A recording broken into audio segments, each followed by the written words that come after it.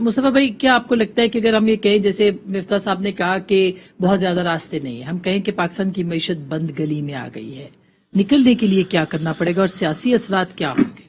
देखें, अब जाहिर बात है, अगर हम, और ये नजर आ रहा है, मिफ्ता भाई की बात बिल्कुल ठीक है, कि हम बंद गली में तकरीबन पहुंच चुके हैं और हमारे पास जो फैसले करने की स्पेस है इस रास्ते से, इस बंद गली में से निकलने के जो रास्ते हैं वो बहुत कम रह गए हैं। लेकिन हम हाथ पे हाथ धर के तो नहीं बैठ सकते। हम अपने सामने, अपनी नजरों के सामने 22 करोड़ का ये मुल्क है, हम किस तरह पूरी मईशत को अपने हाथ से जाने दें। हमें तय्युन ये करना है कि इस वक्त सबसे बड़े हमारे प्रॉब्लम्स हैं क्या।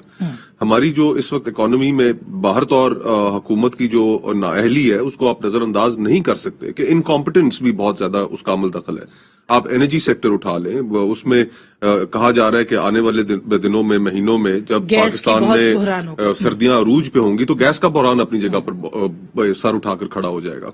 फिर इसी तरह सर्कुलर डेट की बात हुई, वो एक परमानेंट हमारी इकोनॉमी के अंदर एक टाइम बॉम्ब लगा हुआ है कि जो गालिबन जिस वक्त नून की हुकूमत खत्म हुई उस वक्त तकरीबन 400 अरब पे था और आज वो तकरीबन 2500 अरब के करीब पहुंच चुका है। तो अब इतना बड़ा जो टाइम बॉम्ब आपकी इकोनॉमी के अंदर लगा हुआ है, उस खुदा न खास्ता तो हमें रास्ता निकालना है। अब उस रास्ता निकालने के लिए हमें बहुत सख्त फैसले करने पड़ेंगे, हमें एक ओपन डिस्कशन भी करनी पड़ेगी।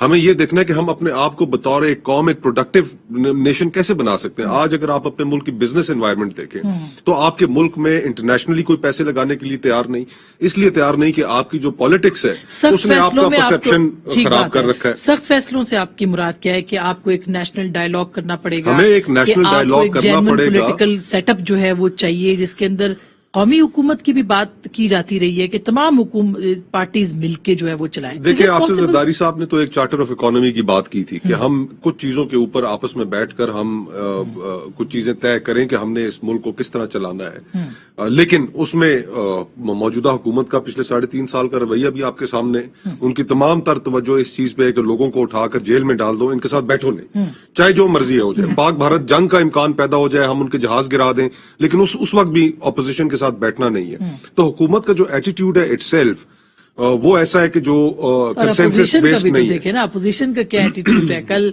बिलावल साहब कह रहे हैं कि हम बस सड़कों पे होंगे, एहतजाज करेंगे, बाकी उन्होंने सारी बातें की, लेकिन अमली तौर पे हमें नजर आता है कि वो जो रिजॉल्व है वो नहीं है कि अवाम को आपने वो करना है। बहन, हमने तो ऑपोजिशन ने कलेक्टिवली हर मौके पे, आप कोई मौका गिनवा दें ऐसा कि जिसमें ऑपोजिशन ने कोई बेहतर रोल ना प्ले किया हो। जिस वक्त इस्लामाबाद के ऊपर एक मजहबी जत्था यहाँ पर आ रहा था जिन्होंने फतवे सादर कर दिए हमारे चीफ ऑफ आर्मी स्टाफ के ऊपर, वजीर आजम के ऊपर, चीफ जस्टिस के ऊपर, तो उस वक्त बिलावल साहब थे जिन्होंने कहा कदम बढ़ाओ इमरान खान, हम तुम्हारे साथ हैं। जब पाक भारत कशीदगी हुई, पार्लियामान में हम बैठे, इमरान खान साहब नहीं आए, गिलगित बल्तिस्तान के हवाले से जो गुफ्तगू हुई, वो जो मीटिंग्स हुई, उनमें हम वहां पर मौजूद थे।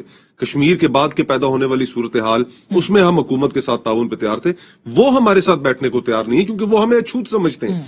हमने ये मुल्क, अब तो अपोजिशन भी आपके साथ बैठने को तैयार नहीं है, क्यों?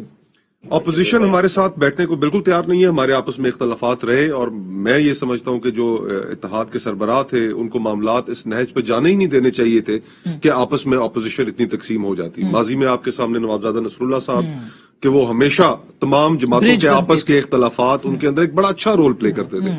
इस दफा वो नहीं हो सका। तो और आज हम जिस नुक्ते पे हम बाहर निकले, जिस नुक्ते पे हमें निकाला गया कि जी के इस्तीफों के ऊपर राजी नहीं हो रहे, तो आज इस्तीफे देना, 8 महीने गुजर गए हमें इत्तेहाद से फारिग किए हुए, तो क्या इस्तीफे दे